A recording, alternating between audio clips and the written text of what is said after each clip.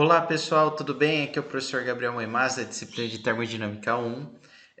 Nas aulas anteriores, vimos como estimar a eficiência, de uma máquina térmica, de um refrigerador e uma bomba de calor, né? Nós também conceitualizamos o que é considerado cada uma dessas máquinas térmicas, né? E nós vimos quais são as condições mínimas que precisam existir para nós termos uma máquina térmica, um refrigerador e uma bomba de calor, né? Levando em consideração os enunciados de Kelvin Planck para máquinas térmicas, né? E o de Clausius para refrigeradores e bombas de calor, tá? Então, na aula de hoje, nós veremos algo importantíssimo também para verificar a viabilidade, né, de uma máquina térmica ou de um refrigerador, tá? Que é o conceito de processo reversível e irreversível e o máximo, digamos assim, rendimento, né, e eficiência que essas máquinas térmicas podem ter para a gente verificar, né, ter um comparativo se o que está sendo produzido pela máquina está sendo eficaz, tá? Então, bora lá, pessoal. Bom, pessoal, na aula passada nós vimos que existem dispositivos que violam a primeira lei da termodinâmica, mas que eles são impossíveis de existir, né? A gente deu exemplo, não sei para quem se recorda, né, daquele dispositivo no qual a gente tem um eixo mecânico, uma transferência de calor, né? Ó, no caso, por exemplo, esse aqui, né? Então, por exemplo, a gente sabe que se nós girarmos o eixo, em algum momento a água vai esquentar um pouco e eu vou ter um calor transmitido, né?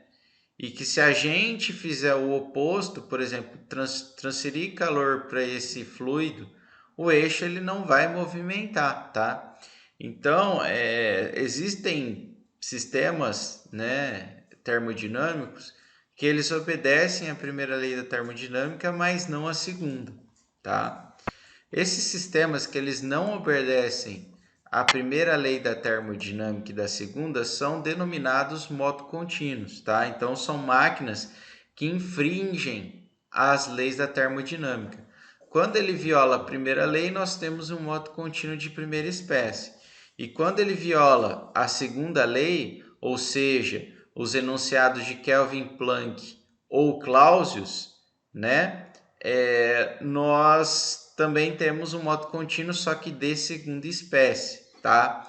Então, mais à frente nós vamos verificar, né? A gente viu na teoria como a gente pode verificar pelo enunciado de Kelvin Planck e Clausius se a máquina é possível de existir ou não, mas é possível quantificar também, que é o que a gente vai ver na aula de hoje, tá? Bom, aqui um exemplozinho, tá, pessoal? Que eu quero que vocês organizem, né, e imaginem se é um moto contínuo ou não, tá? De cara, vocês podem verificar que isso aqui é uma máquina térmica, né, pelos componentes que tem aqui, até pelo gerador. E segundo aqui, né, quem inventou, né, o que acontece? A energia para o aquecimento da caldeira, ela é proveniente da energia que está sendo gerada, tá? Ó, por isso que eu tenho esse raminho de ligação aqui, tá? Como que vocês verificariam isso? Primeira coisa, aplica a primeira lei, tá? Isso aqui, ó, é uma máquina térmica, então a gente pode aplicar a lei para sistema, né? Ó, que é o ΔU é igual ao que? Calor menos o trabalho, não é? Ok? Bom, calor. Quais calores que a gente tem? O único calor que a gente tem aqui, né, na nossa superfície de controle, que seria essa caixinha cinza, seria o calor sendo retirado lá no condensador, né? O ΔU é zero porque é um ciclo, né? E como é um calor retirado, é menos o calor, ok? E a potência? A gente tem uma produção de potência positiva, tá? Portanto, ele fica negativo aqui. Ok? Então, ó, se a gente jogar a potência aqui para o outro lado, a gente teria que a potência líquida ela é menos do que L.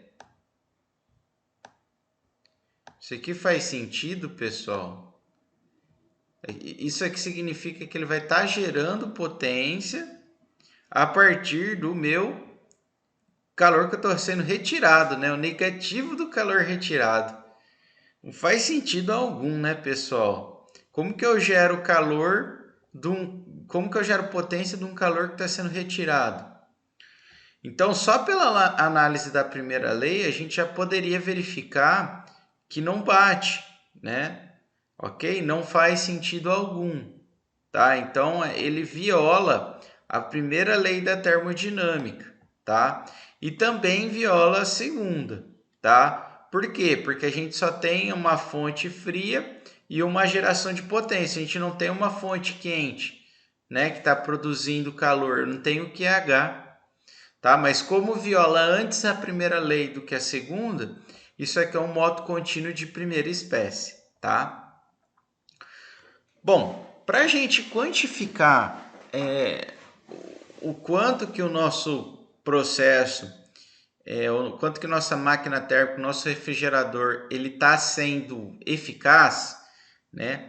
A gente precisa analisar processo a processo o que está acontecendo, tá? A ideia, né, de quem elaborou essa teoria, né, foi a ideia de um engenheiro, né? Deixa eu ver se tem mais para frente comentando sobre ele. Mas é um engenheiro, né? Eu não coloquei aqui, vocês podem procurar depois, é um engenheiro francês denominado Carnot, que ele pensou assim, como eu verifico se a máquina térmica que eu estou utilizando, ela está sendo eficiente, né? Porque calcular já tinha-se noção de como fazer isso, mas isso está sendo eficiente ou não, né?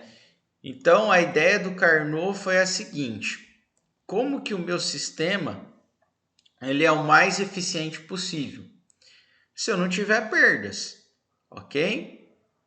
E esse sistema que não tem perdas, todos os processos são reversíveis, que a gente vai ver o conceito agora. Mas reversível, pessoal, seria um processo ideal, um processo que não tem perdas, ok? Como assim, professor? Que tipo de perdas, né? Por exemplo, vamos lá no caso do eixo. A gente está girando o eixo num fluido. Esse fluido ele vai esquentar e vai perder calor para o ambiente.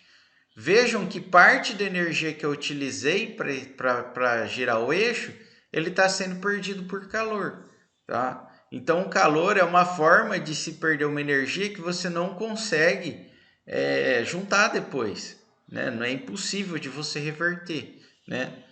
Sem ter algum vestígio, tá? Então, a ideia do Carnot foi essa, tá? Bom, e qual que é a definição do processo reversível? É o que está escrito aqui, ó. É aquele que ocorre e que pode ser invertido, não se notando algum vestígio no sistema e no meio. O que é vestígio? Trabalho e calor, por exemplo. Então, ó, por exemplo, aqui a gente já viu essa máquina térmica na aula anterior. Nós vimos que isso pode ser uma máquina térmica, mas ela não pode ser reversível. Por que ela não pode ser reversível? Porque eu gerei dois vestígios, ó. Eu gerei trabalho e eu gerei. Digamos assim, eu consumi trabalho e eu também perdi calor para a fonte fria, para ela voltar ao meu estágio inicial. Então eu tenho vestígios, eu não posso inverter, né? Ok? O que seria aproximadamente um processo reversível, tá? Bom, primeira coisa que vocês têm que ter na cabeça é que na prática um processo reversível ele é praticamente impossível de existir, né? A gente pode ter próximo de reversível, mas totalmente reversível é muito difícil, tá? Então aqui um exemplo, pessoal, por exemplo, seria eu pegar um cilindro pistão e eu for o quê? Retirando bem devagarzinho, tá vendo que são massinhas bem pequenas? Eu vou retirando até produzir um trabalho e eu posso fazer o mesmo, né? Colocando até voltar ao meu estado inicial. Como esse processo ele é muito lento e eu vou gerando pequenas porções de trabalho, né? Ou de aumento de temperatura do gás, ele basicamente gera um trabalho muito pequeno ou um calor, né, muito pequeno. Então você pode aproximar esse caso como reversível, tá? Bom, o que torna um processo irreversível, tá? Ou seja, irreversível. O que é um processo reversível? Um processo que tem perdas, ok? O que é uma perda? É algo que eu não consigo, é uma energia que eu perdi que eu não consigo reaver. Então, exemplo mais comum aqui, como engenheiro mecânico, a gente pode pensar o atrito, né? Você tem um atrito, você não consegue, aquela energia ali perdida pelo atrito, né? Você não consegue reaver ela, né? Por exemplo, e o atrito ocorre quando eu tenho fricção, né? Contato. Então, por exemplo, aqui nessa figura, ó, se eu arrastar esse bloquinho de baixo para cima, eu vou esquentar aqui a parte de contato aqui e eu vou perder uma energia, né? E essa energia que eu perdi na forma de calor não tem como eu retomar. Transferência de calor. Já tinha comentado com vocês, né? Eu não consigo mudar o sentido da transferência de calor. Sempre vai ser do mais quente para o mais frio. Eu não consigo pegar algo frio e transferir o calor para algo quente. Eu consigo fazer, vocês podem falar, mas no refrigerador eu consigo, professor. Consegue, mas o que está acontecendo lá no refrigerador? Você está consumindo energia lá no compressor. Você está tendo aquele vestígio, tá? Não tem como, não é algo natural. Expansão não resistida, né? Se eu expandir o gás no determinado recipiente, para eu voltar ele na posição original, eu preciso ou consumir trabalho ou retirar calor. Mistura de duas substâncias. Então, tudo isso aqui torna um processo irreversível. E se eu tiver um desses aqui, já era. Não posso ter mais um processo reversível, tá? Aqui, pessoal, eu não vou comentar com vocês, mas eu quero que vocês deem uma lida depois lá no material, tá? Mas aqui são processos em que são impossíveis de ocorrer pela segunda lei, tá? Então, por exemplo, a transferência de calor é sempre da alta para baixa. Você não consegue inverter, né? Para onde eu tenho o fluido escoando? Da pressão alta para pressão baixa. Você não consegue fazer o oposto, né? Conversão de energia, né? O meu trabalho pode ser convertido em calor 100%, né? Que é aquele caso lá que a gente viu do recipiente. Mas o meu calor ele não pode ser convertido 100% em trabalho. Por quê? Definição do enunciado de Clausius, né? Eu só tenho uma produção de potência quando eu tenho uma fonte quente, uma fonte fria, uma fonte quente, uma fonte fria, né? Na fonte quente eu tenho QH, da fonte fria eu tenho QL. Então eu tenho o QH e o QL. Eu converto em potência e calor, né? Conversão de energia, né? E assim vai indo, tá? Então, o Carnot, ele elaborou uma máquina térmica e um refrigerador no qual todos os processos que dentro dessa máquina térmica, hipotética, tá, pessoal? Uma máquina térmica, ela não existe, tá? Ela é totalmente reversível, então ela não existe. Mas ele idealizou. Por quê? Porque isso aqui vai ser o máximo que a minha máquina térmica pode atingir. Entenderam? Então, essa máquina térmica de Carnot, todos os processos são reversíveis. O que significa processo reversível? Ideal, sem perdas. Então, aqui, por exemplo, o que ele está falando? Vamos analisar o boiler aqui, né? A caldeira. Ganho de calor reversível. Como que isso ocorre para ser reversível? É aplicado pequenas diferenças de temperatura. Então, eu tenho uma diferença de temperatura tão pequena do reservatório a alta temperatura, ou seja, da fonte para a caldeira, que ele passa a ser um processo isotérmico reversível. Ah, isso é possível de se fazer? Veremos que pode ser feito aproximadamente, né? Mas tudo bem. Ó, passou da caldeira, nós temos a turbina. Vocês viram lá na máquina térmica, ó. O que acontece? Aumento da temperatura do fluido, né? De trabalho da fonte fria para a fonte quente sem troca de calor. Então aqui, ó, na turbina, você tem um processo adiabático reversível, ok? Então o que você consegue fazer? Você aumenta a temperatura do fluido de trabalho sem troca de calor. Isso é um processo adiabático reversível. Novamente, o que é um processo adiabático? Sem transferência de calor, tá? Essa é a ideia, ele é adiabático justamente para não ter aquela perda de calor que deixa o processo reversível. Condensador, perda de calor reversível. Mesma coisa da caldeira, tá, pessoal? Então, eu tenho pequenas diferenças de temperatura entre o condensador e o meu sumidouro, de tal forma que ele é um processo isotérmico reversível, né? Esse QL é muito pequenininho. E aí depois eu passo pela bomba, que é uma diminuição da temperatura do fluido de trabalho, né, da fonte quente para a fonte fria sem trocar calor. Então, novamente, é um processo adiabático reversível. Pessoal, perdão, um errinho aqui que eu cometi, né? Na verdade, na turbina, nós temos uma diminuição da temperatura do fluido, tá? Então, continua sendo o processo adiabático reversível, só que eu estou diminuindo a temperatura do fluido, né? Ele entra a alta energia e sai a baixa. E na bomba é o oposto, né? Ele entra uma baixa energia e sai uma alta energia. Então, tem um aumento da temperatura, tá? Então, continua sendo processo adiabático reversível, só que um aumentando a temperatura, no caso da bomba, e o outro diminuindo.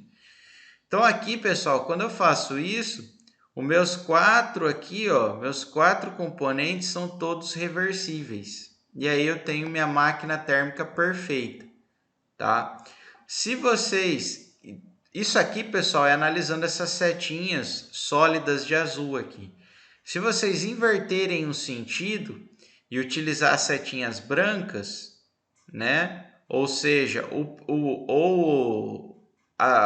as setas pontilhadas aqui, ó, de QL, QH e W, vocês vão ter um refrigerador ideal, tá? Mas fica aí para vocês pensarem.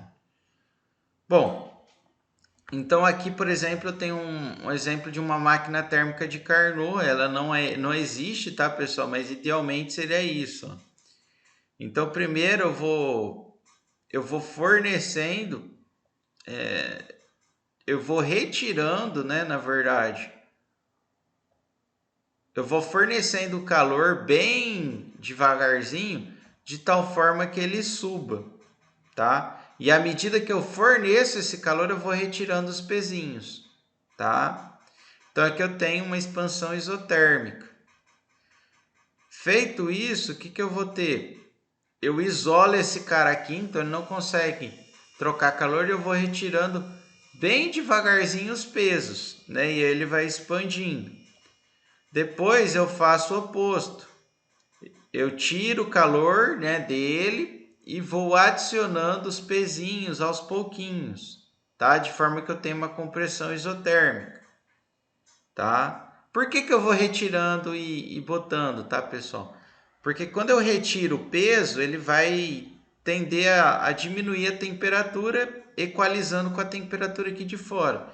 E aqui eu ponho os pesos, porque conforme ele vai tirando aqui o calor, que vai diminuindo a temperatura. Só que como eu ponho o peso, essa temperatura tende a aumentar. Isso é feito para garantir essa compressão isotérmica. E na compressão adiabática, eu ponho aqui o meu isolamento e vou adicionando os pesos, tá? Então, novamente, isso é uma máquina térmica perfeita, ela não existe na realidade.